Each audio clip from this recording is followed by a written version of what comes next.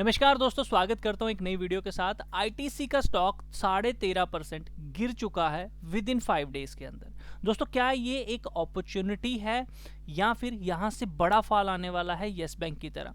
आपने देखा होगा यस बैंक में जब फॉल आया था तो कहीं भी आपने खरीदा होगा वो वहां से गिरता ही गया था।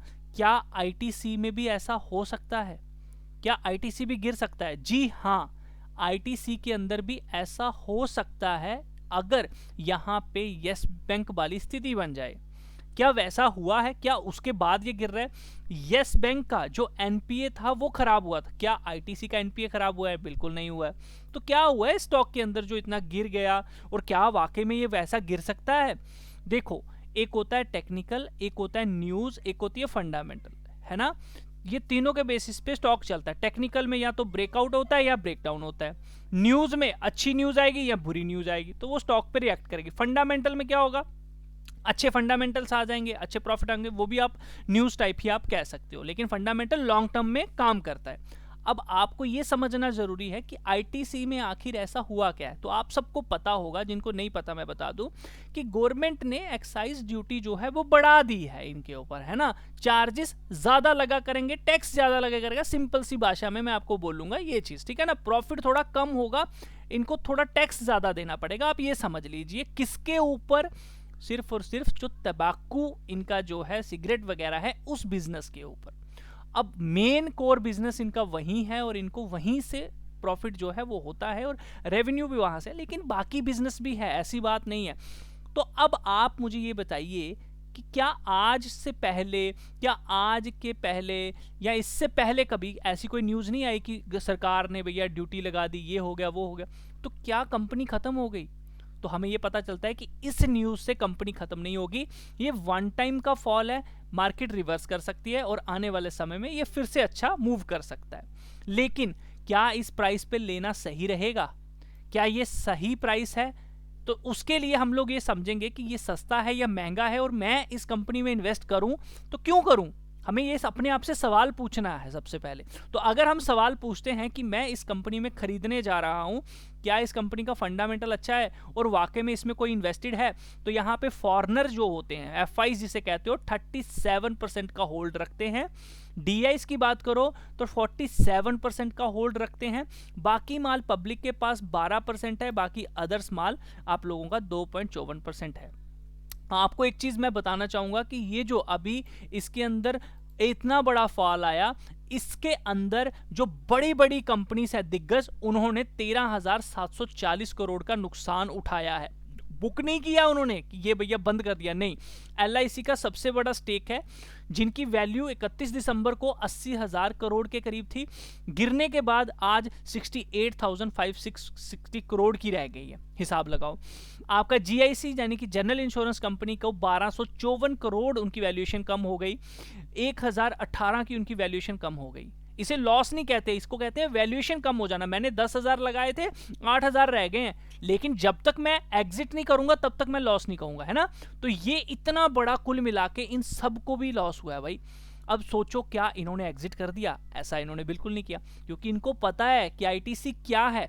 अब आपको भी पता चला कि एफआईस इसमें इन्वेस्टेड हैं, डीआईस इसमें इन्वेस्टेड हैं। अब इसके अंदर क्या करें हम, है ना। ये चीज बहुत इंपॉर्टेंट है हमारे। तो आपको पता चल गया कि अगर मैंने इन्वेस्ट करना है तो बड़े प्लेयर हैं, मैं सिर्फ ये ध्यान रखूंगा कि आने वाले समय में ये तो नहीं एग्जिट हो रहे, कहीं एफआईस डीआईस तो बेचना नहीं शुरू हो गए। आपको सबसे पहले इसके ऊपर ध्यान रखना है। और जब ये बेचना शुरू करते हैं, ऐसा नहीं होता कि एकदम से फॉल कर जाता है, ये आहिस्ता आहिस्ता निकलेंगे, आहिस्ता आहिस्ता चीजें होंगी, सब कुछ पता चलेगा, ठीक है। तो ये चीज को ध्यान रखना। तो ओवरऑल अभी तक ये इन्वेस्टेड हैं, इतनी जल्दी इनकी स्टडी फेल होने वाली नहीं है। बात करते हैं थोड़ी सी फंडामेंटल के ऊपर। तो मैं आपको बता दूं, कंपनी का जो रेवेन्यू है बहुत अच्छा है। कंपनी का नेट प्रॉफिट आप देख सकते हो बहुत अच्छे तरीके से ग्रो हो रहा है। कंपनी के ऊपर कर्जा 0 है। कैश फ्लो यानी कि प्रॉफिट के बदले कैश कितना आ रहा है, तो बहुत अच्छा कैश है, कोई ज्यादा डिफरेंस नहीं है प्रॉफिट और कैश फ्लो में, तो बहुत अच्छी बात है। यानी कि कंपनी जितना प्रॉफिट दिखाती है उतना कैश भी जनरेट कर पा रही है। कैश जनरेट का मतलब ये होता है कि कंपनी ऐसा नहीं है सिर्फ प्रॉफिट दिखा रही है और कैश आ ही नहीं रहा, उधार ही चली जा रहा है, ऐसा नहीं है। तो ये बहुत अच्छी बात है दोस्तों। फंडामेंटली और चीजें अगर बैलेंस शीट में देखें तो कंपनी के पास 68,778 करोड़ का देखो यहाँ पे रिजर्व एंड सरप्लस है। आराम से आने वाले टाइम में ये सर्वाइव कर सकती है, इसको कोई दिक्कत नहीं है। इसको ऐसा नहीं है कि इसको कर्जा लेके रखा हुआ है, इंटरेस्ट देना पड़ेगा, एक्साइज ड्यूटी इतनी लगी है तो भैया प्रॉफिट में ही नहीं आ पाएंगे, ऐसा नहीं है। ठीक है, ये एक पैनिक होता है जब एक बड़े इन्वेस्टर मौका ढूंढ रहे होते हैं। ट्रेड पेबल जो इन्होंने वेंडर्स को पैसे देने 4807 करोड़ है, इसके बदले इनको आने भी होंगे तो वो भी आप लोग यहाँ पर देख लीजिए। इनकी इन्वेंट्री देखिए बहुत अच्छी है, करंट इन्वेस्टमेंट बहुत अच्छी है, ट्रेड रिसीवेबल 4700 करोड़ आने भी है, कैश एंड इक्विवेलेंट आगे से 4012 करोड़ का है। तो बहुत अच्छा फंडामेंटल है, कोई दिक्कत नहीं है। लेकिन फंडामेंटल होने के बावजूद भी कुछ कंपनियां पैसा नहीं देती हैं। क्यों? क्योंकि कहीं ना कहीं वो किसी लेवल के नीचे हो रही होती हैं। तो दोस्तों मैं बताना चाहूँगा अभी इसमें पैनिक करने वाला कोई सीन नहीं है। आप देख सकते हो ये इसकी एक चैनल लाइन आपको ट्रेंड लाइन दिख रही है, बिल्कुल उसके पास आके क्लोज हुआ है। इसमें पैनिक तब होगा अगर ये 326 के नीचे जाता है। याद रखना अगर ये 326 के नीचे वीकली क्लोजिंग देता है तो इसमें वन टाइम एग्जिट बनता है। वन टाइम एग्जिट का क्या मतलब? वन टाइम एग्जिट का ये है कि इसके नीचे अपनी कैपिटल को बाहर निकाल लो, वापिस आता है इसके ऊपर दोबारा इन्वेस्ट कर लो, क्योंकि इसके नीचे ना फिर बड़ा फॉल आने के चांसेस हैं, यहां से डाउन ट्रेंड आने के चांसेस हो जाएंगे। सिर्फ इतनी सी बात है, ऐसा नहीं है कि ये घोड़ा खत्म हो जाएगा, क्योंकि हमें ऐसा कुछ दिख नहीं रहा, फंडामेंटल चीजें ओके हैं। सिर्फ ये है कि यहां से ना आपका पैसा फंस जाएगा बहुत समय के बाद, कितना समय लेगी बाहर आने में कोई पता नहीं है।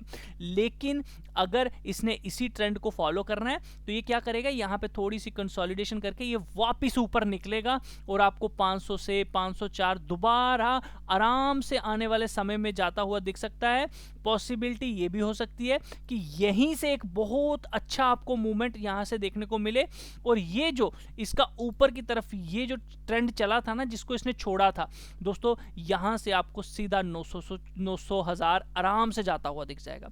अब आपको बस इतना कहना चाहूंगा कि नए इन्वेस्टर दूर रहें, वेट करें 326 के पास कंसोलिडेशन हो, जैसे हेड एंड शोल्डर यहां पे बनाया था, ट्रैप किया था, हो सकता है सेम पैटर्न यहां पे भी बने और यहां से रिवर्स हो। या फिर आप ऊपर की साइड अगर देख रहे हो तो मैं बोलूंगा कि ये चैनल ट्रेंड लाइन आप लोग भी ड्रॉ कर लीजिएगा, इसका ब्रेकआउट आते ही आप लोग इसके अंदर ट्रेड जो है वो कर सकते हो। क्या होगा, ये आहिस्ता आहिस्ता करके इस तरह से ब्रेकआउट देके ऊपर निकल जाएगा। तो हम एक सेफ बेट खेलेंगे कहां पे, 401 के ऊपर निकलने दो या फिर इस ट्रेंड लाइन को तोड़ के जाने दो, हम यहीं 401 का स्टॉप लॉस लगा लेंगे, ऊपर की तरफ हम 900 हजार के 800 के टारगेट के लिए रेडी हो जाएंगे। और आपको मैं बोलना भी चाहूंगा ये एक अपॉर्चुनिटी है, वेट करें, यहां बेचने की जरूरत नहीं है, यहां एक्यूमुलेशन की जरूरत है। अगर ये लोग इतना पैसा लेकर बैठे हैं इसके अंदर तो कुछ अच्छा ही होगा, बुरा नहीं होगा। ये एक अच्छा प्लेस है बाइंग का, लेकिन हमें वेट करनी है कंफर्मेशन की कि यहाँ पे कैसा रिएक्शन आता है। वन डे के ऊपर देखेंगे कि ये करता क्या है अब, है ना।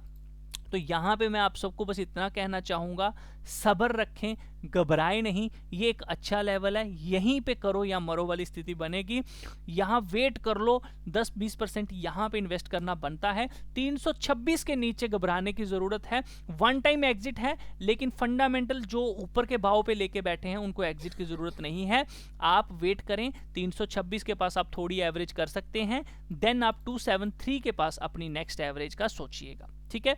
बाकी ज़्यादा नीचे एवरेज करने की ज़रूरत नहीं है, क्योंकि जब ये वापस अप ट्रेंड में आएगा तभी आपको एक अच्छा पैसा मिलेगा। आई बिलीव दैट कि कहीं ना कहीं ऊपर की साइड बड़ी जल्दी आपको देखने को मिल जाएगा। ये फॉल जो आया है ये कुछ समय के लिए है, यहीं से एक अच्छा मूव आएगा, क्योंकि कहीं ना कहीं अपने ट्रेंड लाइन को फॉलो करने के लिए आप ये आ रहा है। आप ध्यान से देखो, आपको साफ दिख रहा है कि अपनी ट्रेंड लाइन के पास आया है, ये इसी ट्रेंड लाइन के पास आया है। इसको देख लीजिए, देखिए पहले भी ऐसा ही पैटर्न बना के गिरा था, अगेन ऐसा ही पैटर्न बना के गिरा है और चल पड़ा है, और इसकी आदत रही है कितना गिरता है ये। अगर आप ध्यान से देखो, यहां से चला, जब नीचे आया था तो कितना आया था, 0.68 के पास आया था, है ना। तो अगर अभी आप देखो तो यहां से चलना शुरू हुआ, कितना आ गया, 0.5 है, एग्जैक्ट 273 तक, 284 तक मैक्सिमम जाने का दम रखता है, इससे ज्यादा नहीं जाना चाहिए, आई बिलीव दैट। तो आप 273 तक ही एवरेज करने का सोचिए, उससे ज़्यादा नहीं, क्योंकि उसके नीचे बड़ा फॉल आ जाएगा या फिर कंसोलिडेशन जोन में चला जाएगा। आई बिलीव दैट 326 के नीचे नहीं जाना चाहिए, इसके नीचे जाता भी है तो बड़ी जल्दी ऊपर आ जाएगा, इसको बाइंग देखने को यहाँ पे मिल जाएगी। बाकी ट्रेड लेने से पहले एक बार अपने फाइनेंशियल एडवाइजर से ज़रूर पूछिए रिस्क, क्योंकि आप सबका है। सीखना चाहते हैं तो हमारी प्लेलिस्ट के अंदर ज़रूर जाइए, टेक्निकल एनालिसिस की बिल्कुल बेसिक सी वीडियोस हमने बनाई हुई हैं, जीरो टू हीरो वाली प्लेलिस्ट ज़रूर देखिए अगर लोग सीखना चाहते हैं कि एंट्री कैसे लेते हैं, ट्रेंड लाइन कैसे बनाते हैं, सपोर्ट रेजिस्टेंस कैसे बनाते हैं। मिलता हूं आपके साथ नेक्स्ट वीडियो में। ट्रेड लेने से पहले एक बार अपने फाइनेंशियल एडवाइजर से ज़रूर पूछिए, क्योंकि रिस्क आप